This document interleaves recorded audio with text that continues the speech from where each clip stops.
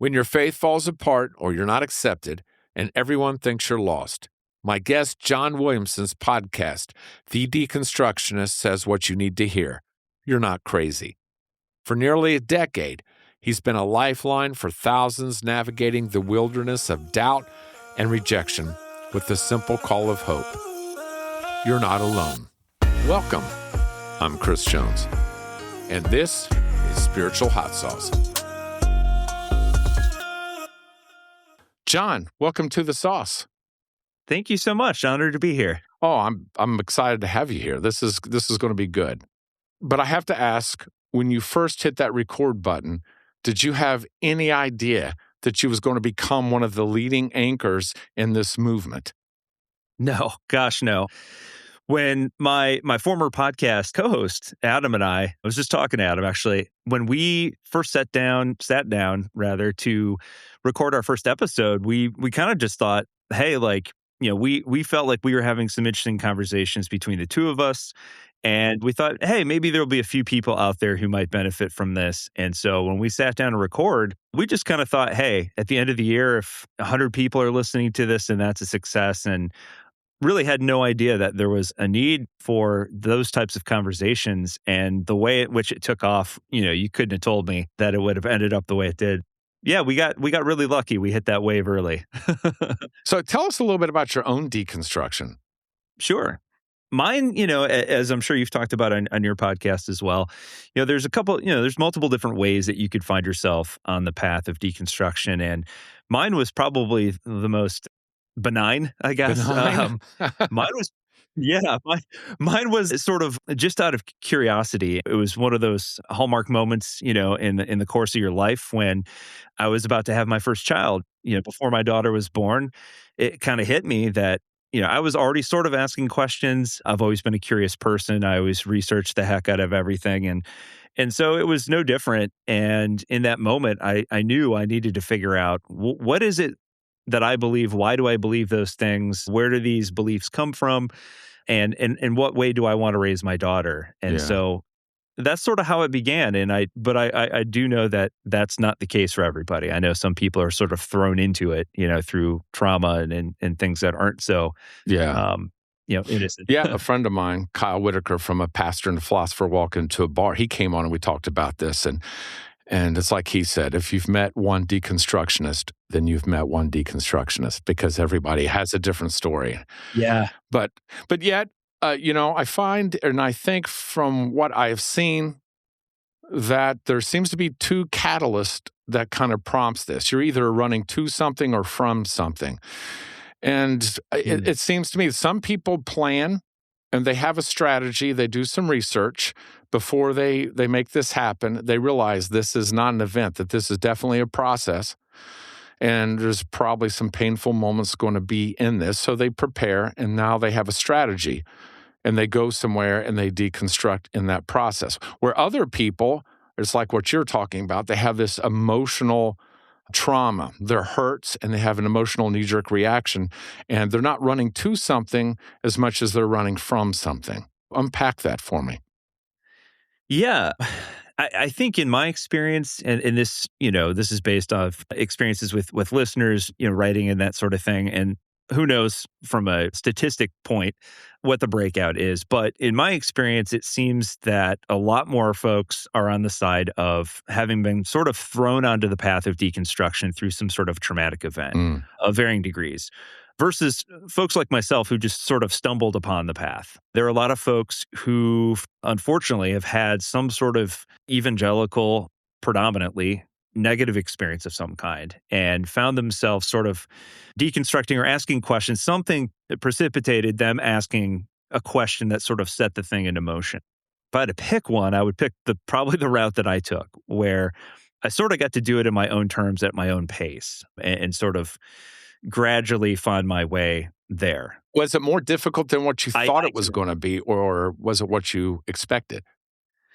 It was, I wouldn't say it was more difficult. I would say it was different than I thought it was going to be. I would say when I first started, I didn't have a term for it. I just knew I was wrestling with things. My former co-host, Adam, is the one that sort of stumbled upon the term deconstruction, which was just sort of starting to become a term to sort of label this experience with at the time when we started about 10 years ago. Mm-hmm. And so I found that helpful. I know a lot of the philosophy purists hate that we've sort of co-opted that term, but I find it useful, and I think other people find it useful because they can use it to describe an experience that they're having. And I think naming a thing sort of takes some power back from it, and sort of takes some of the fear away from it. Yeah. But I think for me back then, I just started looking for resources wherever I could.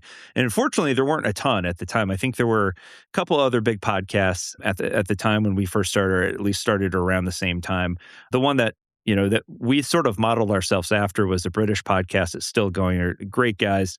There's just one host now, but the Nomad podcast out of the UK have been doing terrific work for a long, long time. And so there were a couple places that you could go and some authors that we sort of started to compile, but it was really just through our own research at the time. Now there are, a multitude of different podcasts and books and things on the topic. And so there's a lot more helpful resources, I would say, now than there were back then.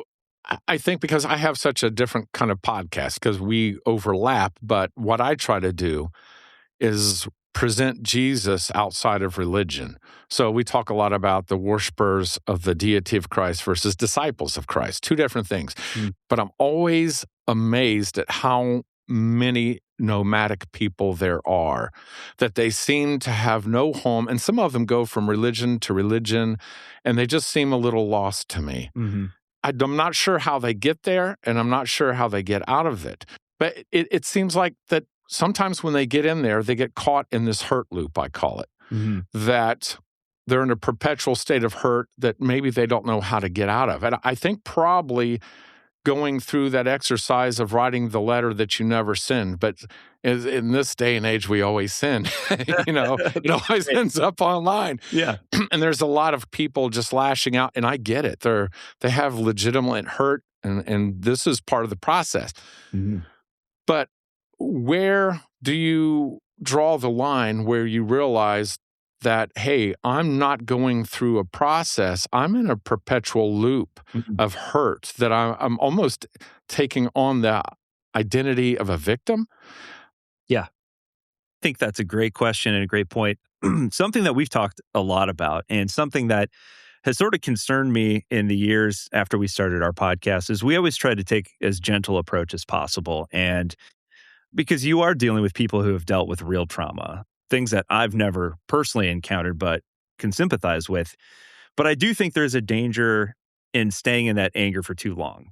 A lot of, unfortunately, the newer voices over the last 5, 6, 7 years are people that are sort of coming at it from, and I don't want to demean anyone, but from like an immature place where it's a lot of just bashing on that former religion version of Christianity that they left. And I've always said, you've got every right to be angry and upset. And there's a place for that, absolutely. But like any grief or any grieving process, there has to come a point where you recognize it for what it was, and you got to let it go. It's and this is why we've always kind of leaned on the teachings of like the Franciscan monk Richard Rohr, who says, you have to respect it for the thing that it was, that structure, that goad that you can kick against now. So it gave you sort of the foundation, but now you can kind of look at it from a distance and say, you know what, it wasn't good for me, but it taught me some things, and now I know how to move forward from there. Yeah. But like, it's not healthy to stay in that place of just anger and bitterness. But I think maybe you hit on one of the points, and it's easy to monetize a problem. Yeah. And if you're going to have a platform that, let's be honest, your cash flow is this issue, you're about pointing out the problem, but you're not necessarily about a solution. Right. Is that part of the problem, like you were mentioning with some of the newer podcasts, that they're just trying to cash in on this movement rather than legitimately get people to a better place? It's hard to say. I don't know for sure, but I don't know the heart of the folks behind the microphone per se, but they certainly have large audiences, and they certainly use that as a strategy. At least it seems on the outside. Now, Adam and I said from the beginning, we worked full-time jobs from the start. I still do. This has never been a full-time job for me. I'm sort of thankful for that, in the respect that it was never about the money. we kind of always said, look, if it ever got to the point where our decision making changed because this was, sort of like earning income and that sort of thing, that sort of poisons the well, Yeah. I think. Yeah. And it's not genuine anymore. And Adam put it best a long time ago when he said, look, our hope is that you don't listen to us forever because you don't need to listen to us forever. And we've had people come in and out and people come back every once in a while to check in and listen. And our listenership is ebbed and flowed, and that's fine, and my hope is that people find something and sort of move on from it. Are you seeing things collect and get more momentum in deconstruction, or is this something that you're seeing slow down? Is it balancing out? Where are you seeing it going right now? I mean, I think what happens is, and I've wrestled with this for a really long time. I think before deconstruction or the deconstruction movement really sort of took off, you had what was it called? The emergent church movement, and so it was essentially the same thing, right? Like, trying to show people, hey, there's a different way of doing this that doesn't mean this sort of super restrictive version of Christianity. There's a way that we can wrestle with faith, and that's okay, and not have all the answers, and that's okay, and ambiguity is good. I think it just changes names, as time goes on, because now we've seen a lot of folks online who sort of demonize the term, and just like anything else in religion or politics, they like to weaponize a certain term that people are associated with. Yeah, yeah. Yeah, I got on my soapbox the other day about political terms, but I think it'll probably change. If I had to guess, at some point, people will start using the term deconstruction a little bit less, and then they'll latch onto something else. But A new it'll name, essentially be a the new same. movement. Yeah. Curious about exactly what you said. I think you hit on a valuable point. We're always looking for something, but that also speaks to we're never quite happy where we're at. Yeah, and I think as people grow and learn and evolve in their faith, and that's the hope, right, is that people are constantly evolving. And that's the way I look at it now. Deconstruction isn't so much something that happens to you as it is a natural progression of your faith, hopefully. I think where it becomes painful is where you resist. Mm. And then it becomes potentially traumatic. But I think the natural evolution is you start out with this sort of first grade understanding where it's very surface level, especially when you're looking at certain stories within scripture. But then as you get older and you start to become, more nuanced, and, you start understanding more complex ideas like myth and, metaphor and things like that, then the text really starts to open up a lot more. But if you resist that and you try to stay in that first square, then I think it is one of those things where you either have a choice. You have to double down on that, or you go through sort of this painful journey of deconstruction, which, again, I think it's natural. It's a part of it. I mean, we can see examples in the Bible, the book of Job, like literally he's just yelling at God constantly, like, what the heck, And yet we ignore those parts of the Bible. We ignore Lamentations and sort of the tougher parts to look at. It's not all happy, worship songs, throughout We pick the and text. choose. We do. Yes. Yeah, I said one time that it's like a collage board. We take different pieces and parts we like, and we kind of create our own religion that we're comfortable with. Mhm. But it's a false sense of security, because a good religion should serve you and help you have a better life. Yeah. So if you have something that's not really helping you have a better life, that's just comfortable, it may not be a very good religion. Yeah. That's very true. Yeah, yeah. Something you said about square one and never moving on, that takes me to a metaphor that I've been giving, and it's an ancient one, but that's the metaphor of the bull elephant. You can be in the community and talking about the bull elephant that's out in the jungle. You can sing songs about the bull elephant. You can encourage one another about the bull elephant, and you can try to figure out what you think the bull elephant would like you to do. But until you leave your community and you go out into the jungle and you take that journey and all that entails and everything you go to, and then you have the experience of the bull elephant yourself, until then, you've just been in community. You've never had the real experience.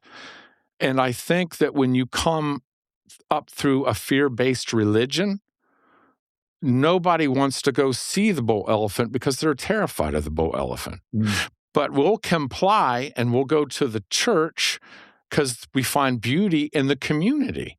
Yeah. Do you see what I'm saying? Yeah. And so I think we have a lot of people that are deconstructing, and I think there's two ways you can do that. You can deconstruct and go find your bull elephant, go find your truth, and then when you come back to your community, you have something valid to offer.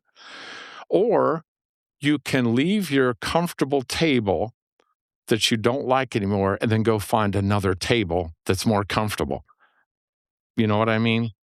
And you just hit on the hero's journey right Well, there. I just recorded that today for my next episode that, Christ is the archetype. So yeah, man, you just nailed it. Yeah. Did a big deep dive into that. But yeah, the metaphor of the bull elephant comes out of Buddhism and the Upanishads. But I think it's so true. And I worry that some of these nomadic people that we've been talking about may be lost and not looking for the bull elephant, but just looking for another table of encouragement, which is a byproduct of a fear-based religion. Yeah. Well, and it kind of reminds you too of sort of the lesson that even in the Old Testament, they were trying to teach the Jewish people, where they were so afraid that the temple was going to be destroyed, and that's where God lives. What are we going to do? It's like, no.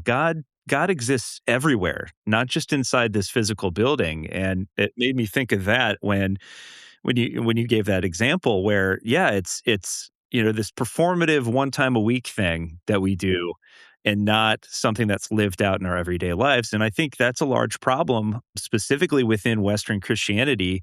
And we see it playing out now, in a moment where, if at any point in U.S. history, Christians should be speaking up and protecting their brothers and sisters, now would be the time, So do you think part of what triggered all of that was when you have organized religion? Carl Jung says that organized religion keeps us from having a personal experience with God, and I'm paraphrasing.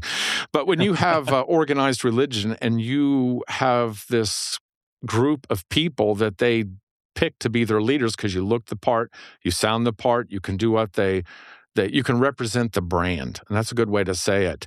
The brand of that religion, that we have made it so indoctrinated in the denomination that we have fooled ourselves into thinking that becoming more religion and more indoctrinated, that we're finding truth. That is making God happy, I think until we go find our bull elephant, we will never be happy with that table of encouragement where we're sitting at, because maybe we're doing it wrong.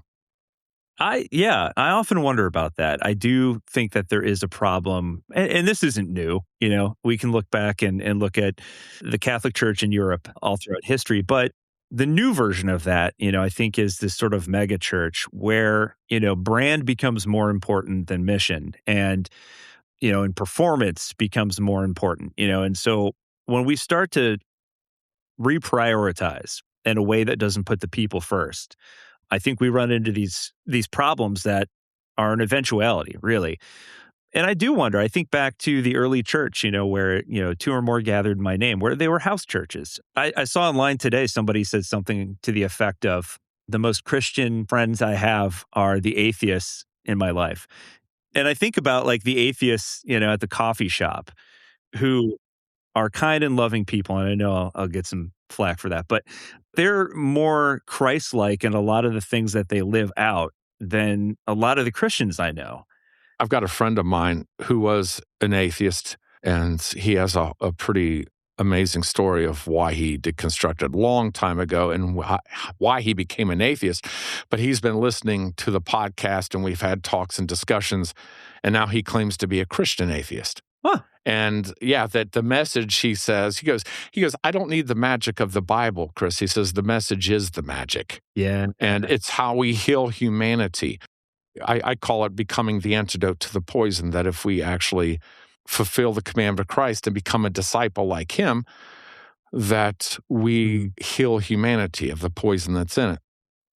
But he said something. I listened to him. He kind of went on a rant, and I thought, man, that just says how ingrained we are with this. And he was going on about the idea of God and how ridiculous, and the church and this and this and this. And I was just letting him vent.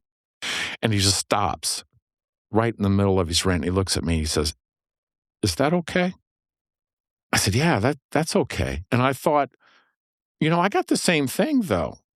The church has given me such guilt that if I have any doubt whatsoever that I'm in major sinville, that I'm not in the faith, I'm Yeah. really displeasing God. I've all but blasphemed. Oh my gosh.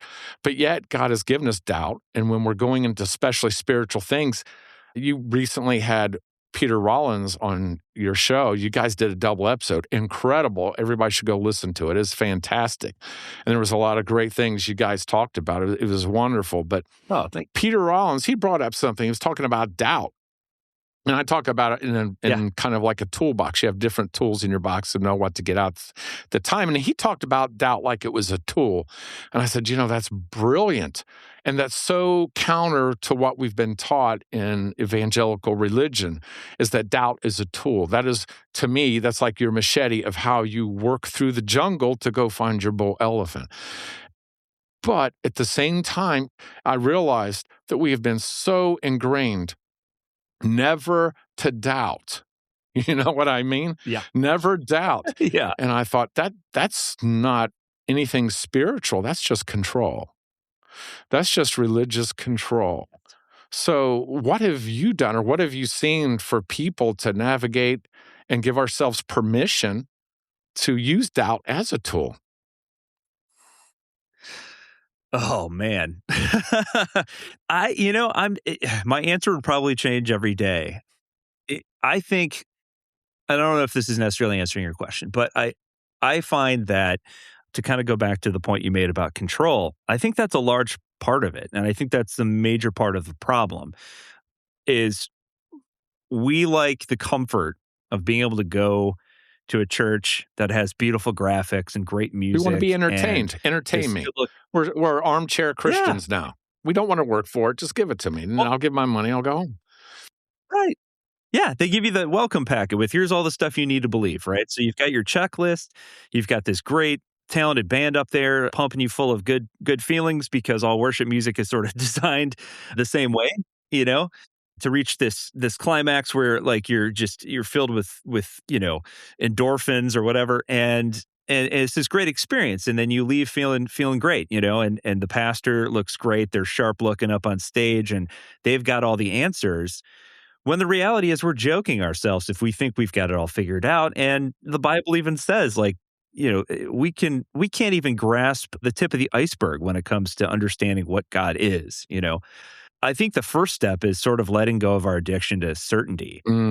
That's hard. And that's really hard, because in every aspect of our lives, if you look at every aspect of our lives, even outside of religion, we like comfort and we like stability and we like certainty in all things. Like, I like to know tomorrow how my day is going to go, roughly speaking. Change is painful. Good or bad, it's painful. Yeah. Ambiguity is tough, man. And really sort of leaning into ambiguity and unknowing is really difficult. But anybody listening who has really gone deep into science, especially as it pertains to the universe and outer space, knows that we don't know anything, No, we don't. The more we learn, the more we don't know, the more things we uncover that we're like, well, this is a new mystery. And so for me personally, I think, I've always been interested in space exploration and things like that. And so I think science in that regard has sort of helped me in that sense. I see pictures taken from the James Webb Space Telescope of deep space, and I'm like, wow, that is beautiful. That is God's artwork out there, And so in a weird way, that's sort of helped me sort of let go and kind of embrace the fact that, like, you know what? I've gotten to a point now where I don't want to know everything. I don't because to me that places restrictions on the divine. Yeah. We make God smaller than I think what he is, and we want him to live in that box because that's where we're comfortable. Right. We want God to be predictable, and we want, you're absolutely right. And so for me, the older I've gotten and the longer I've, researched and lived in this space, the more I love the fact that there's this incredibly massive, unknowable God out there. And every day, maybe I learn a little bit. but knowing that I'm never going to have the whole picture is kind of cool to me. But I think the important part is, and this is sort of my my working theory here, is that when the Bible says, we're all made in God's image, I don't think it was a literal, God looks like old man on a throne. I think it was more so like if we believe that God is love and God is the source of all love, then my working theory has always been that he meant that we are all made in his image in the sense that we are all filled with that spark, just a little piece of that love from the greater whole. And when, in the moments where we are truly being selfless and truly loving our neighbor as ourselves, and it's love without strings attached, true selfless love. And in that moment, you feel that connection. I feel like in those moments, you see the face of God. And you experience the divine in those moments. What God's like. Yeah. And people know what I'm talking about. Like when you feel it, it's almost saturates every fiber of your being. And there's nothing like it. There's a reason that people, fall in love and do crazy things. It's this beautiful, amazing experience, like true love. I'm not talking about, like puppy love or lust or whatever, but like true, just unconditional love. And you think to yourself, well, gosh, like if the afterlife, is returning to the source, to the well of all love. Man, do you think the afterlife, when it speaks of heaven, because it doesn't go real deep, do you think it's just talking in ways that we can understand and possibly it's us assimilating with God and becoming part of that love and that entity of God in that eternal state? Yeah, that's kind of, who knows for sure, right? But yeah, no one knows. That's the beauty. That's what I would like to think, there are other Eastern religions out there who believe that type of thing, that, we all return to source, moksha or nirvana. Yeah. The ground of all being, within Hinduism. And so, yeah, I'd like to think that that's the case, that we return to the creator, to the source of all love. Yeah. I hope that's the case. I hope that's where our love. Me too. Yeah. I see. I agree with you. I think you and I are similar there. And I'll tell you briefly, I did a whole episode on this, but I see God like this, of kind of a three-part being. And then I think of where it says that we are living tabernacles. And then when I think about the temple, there was two of them. The first one had the Ark of the Covenant, so there was life in it. It was three parts. The second one only had two parts. The Spirit representative didn't have the Spirit of God. It was dead. And I said that in music, you can have two notes. They can be in harmony together, but they don't make a chord. It takes the third to make a chord to determine whether it's major or minor. And then it fits into what's called the Ionian scale or the major scale. And it says there's only one scale in music, and they're all connected in this beautiful universe of music through mathematics. And that if you change a note, it changes all of it. And that reminded me of then when we take God that into our spirit, we then have a three-part synthesis, and we belong to something bigger than ourselves, of that eternal thing. It had no beginning, it had no ending, it will always be, and it predates time, which means it's not ours by the natural order of things, that Jesus brought it to us, that God so loved us, we could be assimilated with him. Dude, I love that, man. That is awesome. I love that. Yeah. That's really so Peter Rollins also talked about coming together with different religions, and I do that. I've got a Hindu friend, and we get together, and it's always amazing of how we inspire each other. Awesome. And he always says, Chris, every time I talk to you, you make me want to just get into it, and you just inspire me and want me to. And we have these great conversations, and it's amazing of how we reflect one another. But Peter Rollins said the same thing. So I see the beauty of what he's saying. And he said something that stuck out to me. He says, if you really want to know what you're like and what your faith is like, go have one of these meals, break bread with different religions, and then ask them, what do you see in me? Because you're going to see things I can't see. So you're like the ultimate, if they're your friends and they know you, they can tell you, this is exactly what I see. And I see exactly what he's talking about with my friends. Yeah. So what's your thoughts on that? Have you ever done anything like that?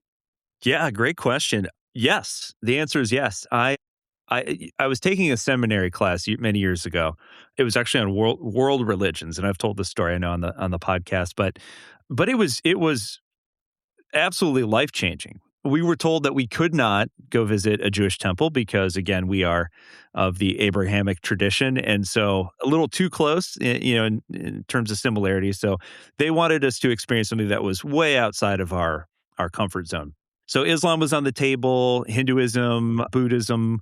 There are a number that we could choose from, and so I worked. I work with a large number of folks from India through my day job.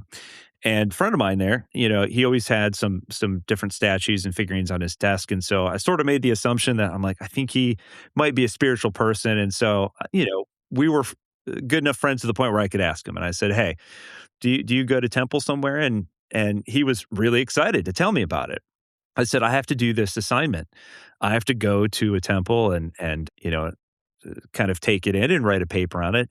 Do you think it'd be okay if I visited? And he said, absolutely. Absolutely. And so I went, and it was a night where the weather was just awful.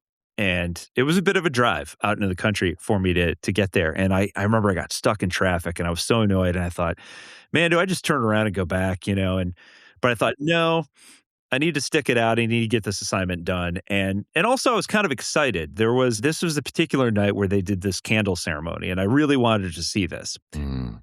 And unfortunately, I missed it. I didn't get to see it because of the traffic, but I did make it out there. And the funny thing is, my first impression was I pulled up and it looked like any other Christian church, meaning there's a basketball hoop in the parking lot. Yep. I walked in, there's a gift shop off to the side, where you could buy books and stuff like that. Only thing different really was, there's a spot you take your shoes off and you stick them in these little cubbies. And the sanctuary obviously is a little different, laid out a little different. The deities. Yeah. Right. But there's an entrance way, and like I said, a bookshop, and then there's the sanctuary. And so I knew that I was clearly this big, pale skinned guy who stuck out like a sore thumb. And I was trying my best to be as, quiet as possible and not disrupt anything. And I really didn't know what to do other than, I was really intent on not offending anyone. So I sort of sat in the back and I took some notes, and I just remember taking it in for a few minutes and thinking, man, this is beautiful, the way that they depict the various gods and things. They sing, a lot. Yeah. Prayers. And there are people who were, sitting in chairs, some kneeling and praying, and the temple priest was reciting the Vedas. And so it was just this really beautiful sort of spiritual moment. And then this little lady looks back and sees me like, what the heck is this guy doing here? Probably was a little concerned, rightfully so. And she came back and she said, hey, can I help you? And I quickly, sort of apologetically explained what I was doing there. And she says, oh, come in. My husband's the temple priest. And I said, oh, okay. And she introduces me to him, and he immediately just fills my hands with mandarin orange slices. Yeah. At which point I panicked because I thought, is this a ritual that I'm not aware of and I'm going to offend everyone here? And no, it was just hospitality. Like, he was just giving me a snack, And so we sat down and he said, so what would you like to know? And we proceeded to have this hour-long conversation that was beautiful. And at one point, he kind of threw me off because I'd always believed that, they're the religion that believe in 1,000 different gods. And so he looks at me, he goes, you see all those statues of the gods over there? I said, yeah. He goes, you believe in Jesus? I said, yeah. He said, you believe that God came down in human form, to a group of people at a certain time in history, and I said, yeah. And he says, we believe the same thing. We just believe God came down many times to many different people. That makes a lot of sense. I was like, oh, yeah. Instead of just one time, God came. Okay. It says in the Bhagavad Gita that it's a conversation between Sri Krishna and an incarnation of God, and Arjuna's a warring prince. And Arjuna's wanting to know how many gods there really are, and he keeps pushing in. And Sri Krishna's like, well, look up in the sky. How many stars do you see? He goes, no, no, no. How many gods are there? And he keeps pushing in. The number keeps coming down and down until finally Sri Krishna says, there's only one God. And he says, well, then why are there so many deities and variations? He says, because that's how you need to see me. And it's more important that you understand it the way you need to understand it because it's about you. It's not about me. And I thought, man, there is so much in that that is so revealing about how we perceive God. And then that's when I realized none of us can understand what God really is, and that's okay. We all see a little aspect, and as long as we are just finding our way around that mountain, and as long as we're still attached looking for a bull elephant, we're going to be okay. I'm sorry, I didn't mean to interrupt you. I just wanted to interject that. No. That's beautiful, and that's exactly it. And so I came up with two conclusions, and number one was at the very end before I left, he said, anytime you want to come back, bring your friends, and everyone, during the service brings food offerings to the various deities. And at the end, we just have this big feast. And number one, I love Indian food. So I was... Me and you both. I'm with you. I will be there. But as I walked into the parking lot back to my car, it occurred to me that at no point did he try to convert me, sell me anything. It was just, hey, man, we're brothers in this community. Like, let's share a meal, which is, in my mind, one of the greatest things you can do with another human being is share a meal. Yeah. And I thought, wow, if he had stepped into most churches, they would immediately been throwing the full package at him. Got to convert you. Yeah. Got to convert you. And I'm like, wow. And my friend told me a story about a wise priest, that was a part of the order, that they were a part of within Hinduism who, I won't tell the whole story. It's pretty long. But the essence of the story is that he has a Christian and, all these different people from different religions who approach him to convert. And instead of saying, yeah, come and convert to my religion, he says, listen, there was beauty in the religion that you started with. Focus on that and be the best version of that you can be. Yeah, yeah.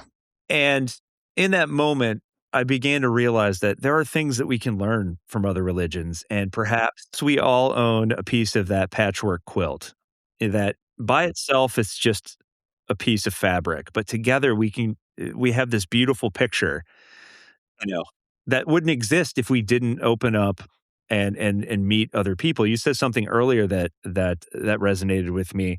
I was not born, but predominantly raised in a very small town in the middle of rural Ohio.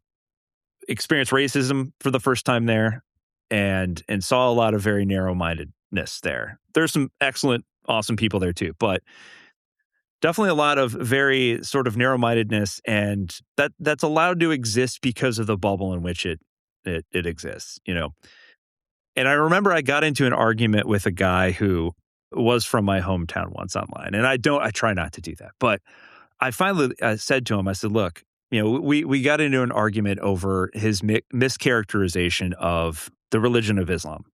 And he was just spouting off things that just factually were not true, that are true of, maybe a radicalized version of it, which would also be true for a radicalized version of Christianity, and that was the point I was making. And finally I said to him, I said, look, man, I moved many years ago. I moved to a much larger city. As a result of that, I am daily surrounded by people who are not like me, who have different politics than me, who practice different religions or no religions. And I've grown to love those people. And when that happens, I can no longer hold the same views that maybe I once did or maybe that you do. I can't afford to anymore because that just does not work anymore. Yeah. I have a friend, one of my many friends, he's Muslim. He's from Iraq. He was in Saddam Hussein's guard. He was the Black Guard. He was one of those. And yeah, the dude is dangerous. We were talking one time, and I asked him, I said, how do you feel about Jesus? And he started telling me about Jesus. The way he told me about Jesus and the way his face lit up, I promise you, I have never heard Jesus talked about with so much love as I did from him. And I was like, you are talking about Jesus in a way that I wish the believers could understand Jesus. Yeah. Well, let me tell you, you guys, you do a fantastic job. Oh, thank you. And I would tell anybody you need to go listen to it, even if you're not deconstructioning, because there's fantastic ideas. There's great conversations that happen on there, and I appreciate what you do very much. Well, thank you. I appreciate that as well. So, Well, this has been fantastic, but if you could just leave us with three things, ooh, what would you leave us with? oh man. Number one, you're not alone. I think the biggest issue, with folks who start going through deconstruction is this feeling of isolationism, especially, depending on your geographical location. I've had so many people reach out who told me, "Hey, I live in this very small, rural, small town where it is heavy, heavy, heavy in the Bible Belt sort of region, and I'm afraid to even talk to my friends about this, because of the alienation that will happen." And I've also talked to people where that's exactly what happened. They told their friends and family, the people that they trusted and loved the most, were completely abandoned by their community. And so I want people listening to understand that you are not alone. There is a community that can be found no matter where you are, even if it's online. There are thousands upon thousands of people out there having similar experiences. So you're not alone. Number two, to kind of go back to my Pete Rollins discussion, and I love one of the recent things that he's been working on, this idea of communion versus community. And I especially love it in this age where we see a lot of sort of Christian nationalism, the megaphone out there right now. And I would encourage people to also check out a book called The Righteous Mind by Jonathan Haidt. He's an American psychologist who talks about tribalism, the fact that it binds, but it also blinds. I think what Pete's kind of talking about in communion versus community is so important. We used to talk when we first started, like community, find your community. And I still believe that to an extent. I think you have to have people that you can lean on and trust and be honest with. But there is always a danger of creating a new in-group and a new out-group, and or creating a new version of fundamentalism just on the opposite end of the spectrum. And so we have to be very careful about that. And so Pete Rollins' idea of communion, where you are your common thread there that brings everyone together, is your shared lack versus your shared beliefs. Everyone can band together over their common lack. And that doesn't mean that we all have to fall on the same page, in terms of our beliefs. So I think that's important. The third one, gosh, that's a tough one. I would just say, just because it's fresh in my mind right now, don't be afraid to really read things or consume things outside of your bubble or your safe place. You don't have to, and this is an old saying that I used to say all the time, and I love it, and I still use it. You don't have to agree with everything someone says to agree with something that they say. And so consume everything, man. Like when I first started, I was reading everything by Joseph Campbell I could get my hands on, who's a Oh, I love famous Joseph Campbell, the hero with a thousand faces. so good. So good. The Power of Myth series that he did too for PBS back in the day. And then again, like we talked about, I think I've learned a lot through the beauty of other religions as well. And then there's some really great stuff within Judaism right now, sort of commentary on Christianity that I think is very helpful. I mean, we often forget, and it's worth saying, Christians didn't write the Bible. Christianity didn't exist then. The Bible's written by Jews. So to think that they have nothing to offer in terms of that conversation is ridiculous. So keep an open mind. You're not alone. Find your communion, / community, and don't be afraid to explore. Greg Boyd, I think, said this. I believe this is him. Said there is no question so large that it could possibly unravel God, or something to that effect. So That's right. yeah. I like that. I like that. So how do people follow you, get in touch with you? Sure. Tell us about how they link up. Yeah, so the podcast, we are celebrating our 10-year anniversary this month. 10 years. Which is crazy. That's impressive. It's a lot of work to put on a podcast. Yeah. So as you know, it's not for the faint of heart. There's definitely a lot of work involved. We're celebrating our 10-year anniversary this month, so a lot of cool things coming. Started working on a series on Patreon, different deep dives that I've been wanting to do for years that people have asked for. I just haven't had the time to do. So there will be videos along with resource materials, study guides, stuff like that. Done one on what does the Bible have to say about LGBTQ, digging into Paul, like which letters did Paul write versus the letters that scholars think that Paul may not have written, and where do the problematic verses fall, in that spectrum. So a lot of stuff there, but just in general, www.thedeconstructionists.org. You can find everything there, linked to us on social media. We're still putting out podcasts every week. We'll be back in February. New content, including an interview with a pastor from Ukraine. That sounds interesting. That was very interesting. Yeah.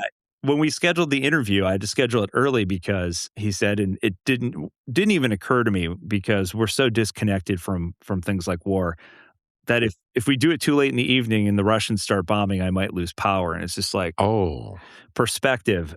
Yeah. Man, variables that we're not used to even thinking about. Right. So that's coming. God Under Siege is his book that came out. Absolutely just unique conversation. One that I've not done anything like that before. So that one's the first one coming out in February. Thank you so much for being so generous with your time, John. And thank you for doing such a fantastic job on your podcast and giving hope to a lot of people that normally wouldn't have it. So again, thank you for your time, and I appreciate it. And I hope to get you back on here soon. Absolutely, anytime. And you have some amazing questions. So thank you so much for having me on. It's an honor. Thank you, John. Hey, guys, thank you for jumping in here with us today. Remember, if you like the flavor of the sauce, then share us with others and follow us. Yep, follow us. Send me an email. Let me know you're hanging out, that you're tagging along. spiritualhotsauce@gmail.com. Again, thank you guys, and we'll see you again next week.